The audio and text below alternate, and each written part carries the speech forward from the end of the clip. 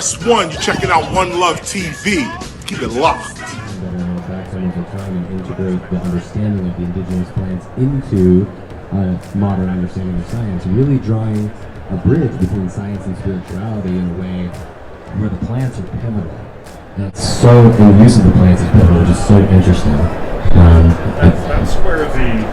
That's where the idea of bridging to traditional knowledge comes in, because it's the function of science, like through the herbarium and similar kinds of things, to see what's out there, catalog what's out there, systematically record the observations, and create this data set.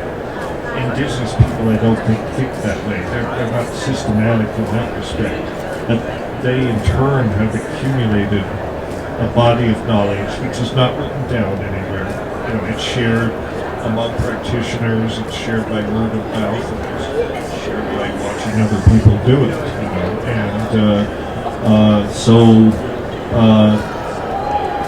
That becomes part of the challenge, is to take this non-written information, which comes largely through stories and myths and songs and rituals and everything else.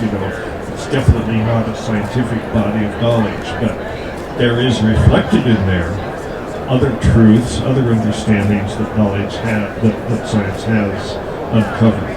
So these things are not contradictory, they're complementary. Science, by bridging these two, that will enrich science, because it will indicate to scientists how indigenous people think about these plants and their properties, and it will inform the indigenous people, okay, here's what science knows about their properties, their pharmacology, chemistry, and all that. And so that it creates a synthesis that is much more than the whole. Yeah, absolutely. And who knows, maybe heal the world. Right. We'll see what happens. All right, who has questions? Jean, please introduce yourself. Dr. Jean Fontana, it's an honor to be able to talk with you. I have a couple questions for you. One has to do with the evolution of Homo sapiens and your theory, the Semitic theory. And I was wondering, psilocybin has been around much longer than we. And why isn't it that Neanderthal man or hominid wasn't using or eating or consuming psilocybin? And so at what point is there this critical mass that happens where there's exponential growth in the nervous system?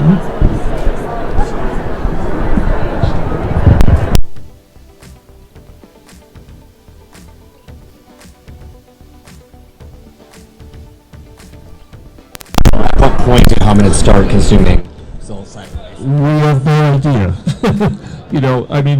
I don't think there was a point where you cross some threshold and it's like these are pre-hominids and now they start eating mushroom and they're post-hominids. It was a gradual process. And we really don't know. There are primate populations that do eat mushrooms. Does eating psilocybin mushrooms do anything for these primates? That's an unanswered question. They may be stimulating much of the same neural processes that happened in evolution, but you don't see primates coming out and, building starships quite yet and that sort of thing. And there's a few things about primates that are unique, that it took more than just big brains. For instance, opposable thumbs and fine motor control gives them the ability to have an idea, to create an internal blueprint of something, a concept of something you want to build, as simple as maybe a new spear or something, a spear point. But you have to be able to take that idea that is essentially an abstraction and project it into the external world in the form of an artifact. So the fact that you have these fine motor controls and these manual skills to be able to do that. Plus, you also have to be able to talk about it. This is a critical connection to psilocybin, because psilocybin facilitates synesthesia, the experiencing of different sensory modalities crossing over, like seeing sounds basically. And if you think of language is basically synesthesia, and it may be a learned skill that's become that mushrooms originally trained us cognitively to relate symbols, visual content to meaning, and once that connection was made, then we essentially became a species that lives in a world of ideas, a world of abstractions, where that is every bit as real as the physical element, the physical environment, and is related to it. So that is, when that happened, is not clear. But once the people were able to construct what I sometimes call the reality hallucination, then they live in that hallucination, and they don't live in reality anymore, and that becomes unknowable. They live in the model of reality that our brains construct, which happens to be very convenient for us, because we can overlay ideas onto it. We can come up with these abstract notions, and then an idea for, a better spear point or a better computer. It all comes effectively out of the same kind of thing. So that, I think that was the critical thing, that they taught us language effectively, and once we had language, then culture and everything that comes out of language. Culture is generated by language. Without language, there isn't much culture. I don't know. You want to ask that? Different question. I've always wondered this. How could you explain to me how it was possible in the Amazon, with thousands of different plant species, that and then brew it and use their spit and to come up with ayahuasca? I can actually explain that pretty well. Much is made out of this. Oh, sorry. I'm very bad at this, right? Annoying. I can. So it's not such a mystery in a certain sense. There are compounds, psychoactive compounds of all kinds, spread throughout the biome. DMT, for example. DMT is not uncommon. Many plants contain DMT because it's only 2 steps away from tryptophan, and tryptophan is an amino acid that's universal. It's part of the 20 amino acids that go in to make protein. So we have tryptophan, every organism on the planet has it. So the point here is that DMT is only 2 enzymatic steps away from tryptophan, and those enzymes, one removes the carboxyl group from tryptophan, the other one adds the methyl groups. These kinds of enzymes are pretty much universal in cells. They're just part of cellular housekeeping, if you will. Enzymes that remove methyls and stick them on other things that other enzymes that remove acids and to turn, amino acids into amines. And tryptamine is the precursor to DMT. The point being that DMT is very common. What's special about DMT, it's not orally active by itself, because it's inactivated by monoamine oxidases, which are enzymes in the gut that turn it, that destroy the DMT before it can ever cross through the blood-brain barrier.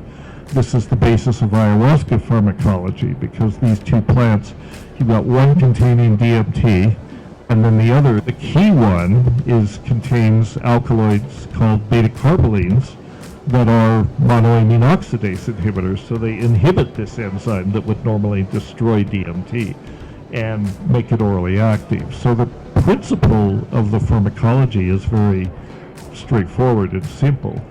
But indigenous people don't think in terms of, MAO inhibition and that sort of thing. They come at it from a different angle. And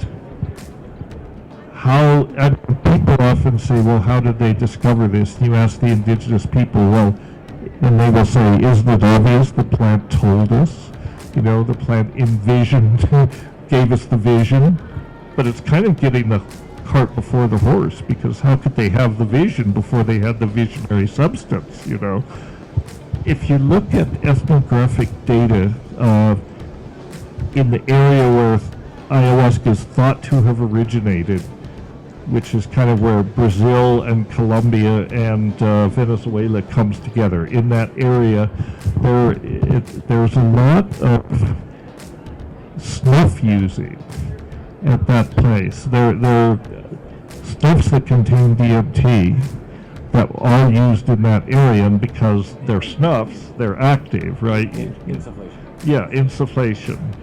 So many groups there, and they prepare them from Varroa, the genus of trees, and the resin of Varroa is very rich in DMT and 5-methoxy-DMT, so they prepared snuffs from that. And they were using them.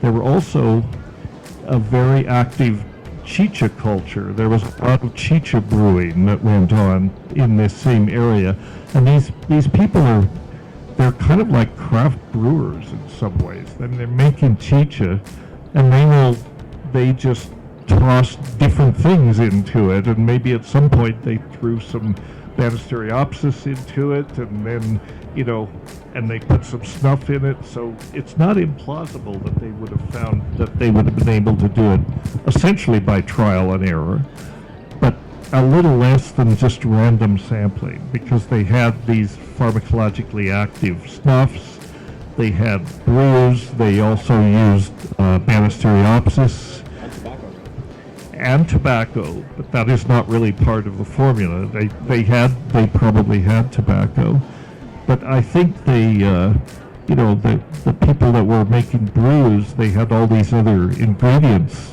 in the immediate environment, so they could combine them and see what happened, you know. And so it wasn't exactly trial and error, but it wasn't exactly systematic experiments either. It was kind of like, what you might call it, amateur ethnopharmacology, you know.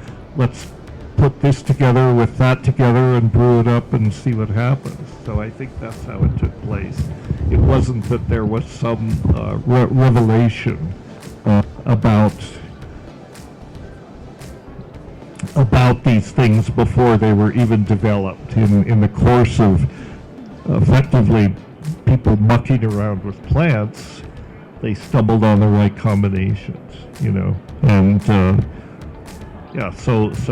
I think that's and shamanism is basically that. In some ways, it's mucking around with plants. It's people that are brave enough or foolish enough or both to go out and say, what if we took this and mixed it with that and smoked it with that and so on, see what comes up with. And because these psychoactive compounds, the tryptamines, as well as the beta-carbolines are not that rare either. They're very close, actually, to DMT. So those are also pretty common in the environment. So sooner or later, someone is going to stumble on the right combination. Once that happens, then you've got the basic formulation for ayahuasca. It's not so hard. That explain it? Or explain it away, at least? little bits of that in places where channeling some kind of dream, right? Like Mandalay. Like, I don't know if anybody. At least as plausible as that idea. Yeah, I think it shouldn't be completely ignored. I mean, some of the greatest discoveries have come from dreams. Like Mandalay, who came up with the periodic table, spent I don't know how long, it was like decades trying to figure out how all the chemicals fit together. Everyone knows what the periodic table of elements is, right? So he spent decades trying to figure out how to put all these chemicals together and figure out like how they relate, and couldn't do it. And one day he had a dream, and he saw the illusion table, with the periodic table.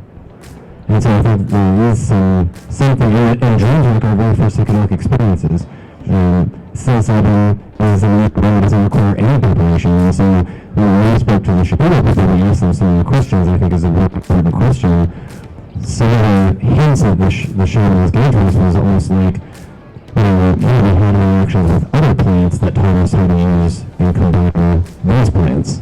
And so it was like an experience that evolved over time as they became acquainted with the plant, other plants, master plants, then they learned to work with plants in more complex ways. And ayahuasca studies recently have also shown, just of note, studies of hormone and beta-carotenoids and DMT have also shown improvements in stem cell cultures in synaptogenesis and neurogenesis, which is really interesting.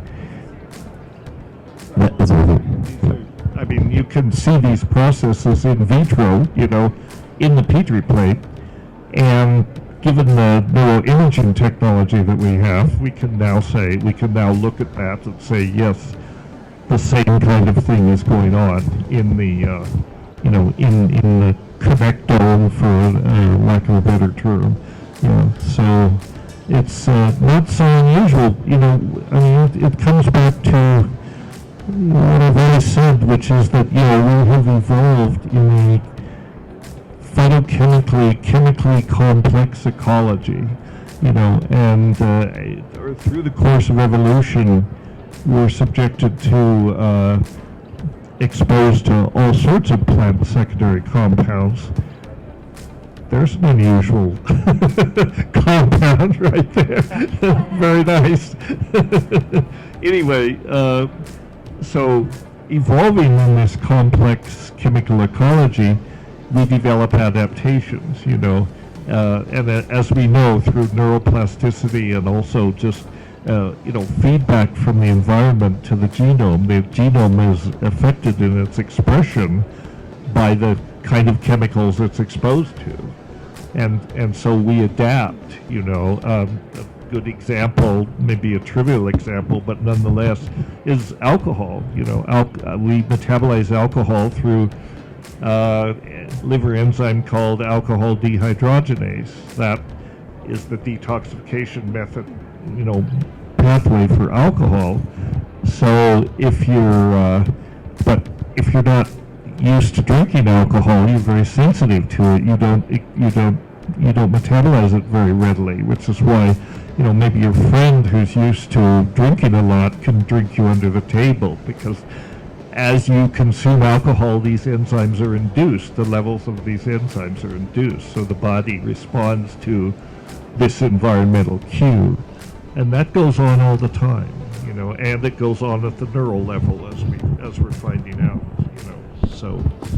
Thank you so much for that. That was a really helpful explanation, especially for me with how the body adapts to increasing amounts of alcohol. Makes a lot of sense in that regard. So it's not such a big mystery that we should be exposed to these psychoactive and neuroactive compounds, and the nervous system is going to adapt to those accordingly. So that's how the boar ate the cabbage, as my grandfather used to say. Yeah. Any other questions from the audience for Dennis? Any questions at all? This is your chance.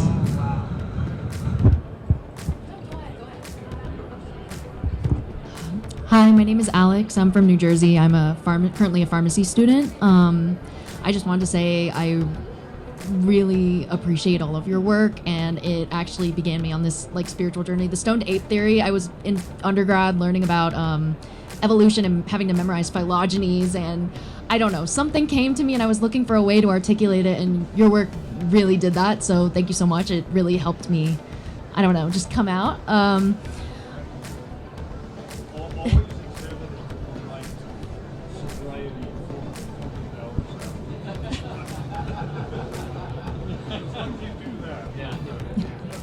I was just wondering if you had any advice for me as a student, someone who's around academia a lot. Is there any specific things or of value that I could pursue with the PharmD or that pharmacological knowledge to contribute to this field? Well, I guess it's a question of, you know, what your passion is. I mean, pharmacy is actually a great discipline to be involved with, because it, for example, if you're interested in ethnobotany, if you're interested in drug discovery, then that could be approached through pharmaceutical sciences. There is, for example, where are you located? Where are you enrolled? Are you? Rutgers. Are you a student? Yes, I just finished my year. Okay, so there are some programs. One I could mention is the Program for Collaborative Research in the Pharmaceutical Sciences. That's in the School of Pharmacy at the University of Illinois at Chicago. Used to be, you've heard of pharmacognosy, right? You've heard of the term pharmacognosy? No? Okay. So, so you're an illustration, sorry, don't mean to criticize you individually, but your program is an example of something that many of these pharmacy programs suffer from, which is they never mention natural products. And pharmacognosy is the interdisciplinary scientific investigation of natural products, natural drugs. Used to be something that every pharmacy student would take, as part of the curriculum. Yeah, as the basic.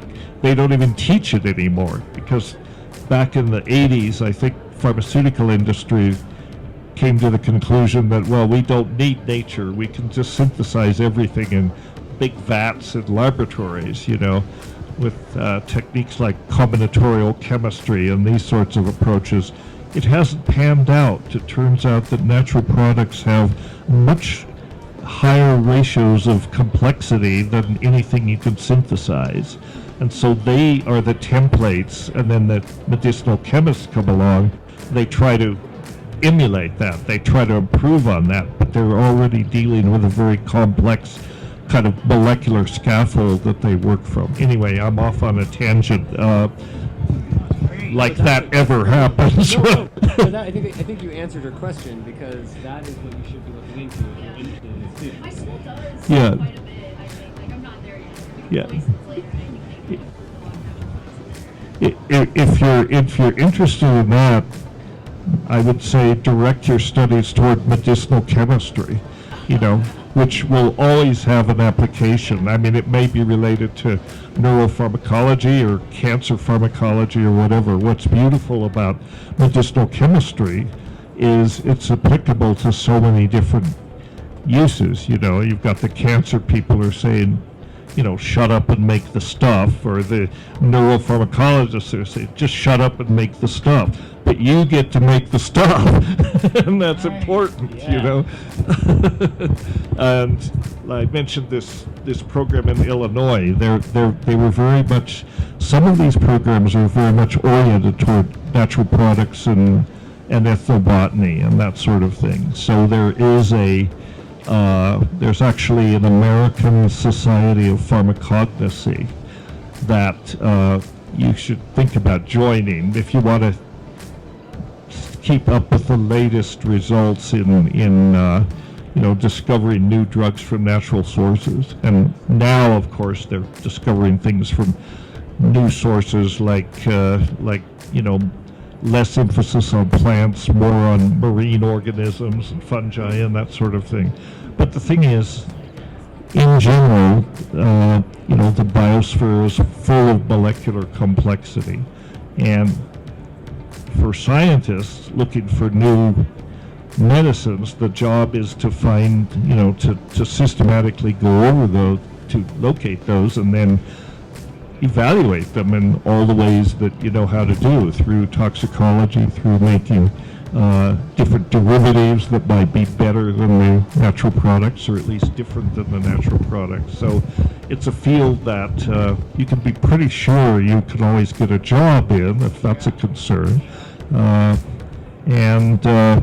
the program in collaborative research in the pharmaceutical sciences, you would never know that it had much to do with ethnobotany, but they had very strong research program in South America through the, they had contracts through the National Cancer Institute, so they did a lot of field work looking for cancer compounds in the Amazon and elsewhere. The Missouri Botanical Garden is particularly strong in in South American ethnobotany, but the University of Illinois is as well. So I'm going to suggest to all of you, but you particularly, you should look up something called NAPRALERT, which is NAPRALERT, NAPRALERT, napralert.org, and it stands for Natural Products Alert, and it was made by this organization in the College of Pharmacy at the University of Illinois. Just check it out. It combines biochemistry, medicinal chemistry, and ethnobotany. It's quite a useful resource.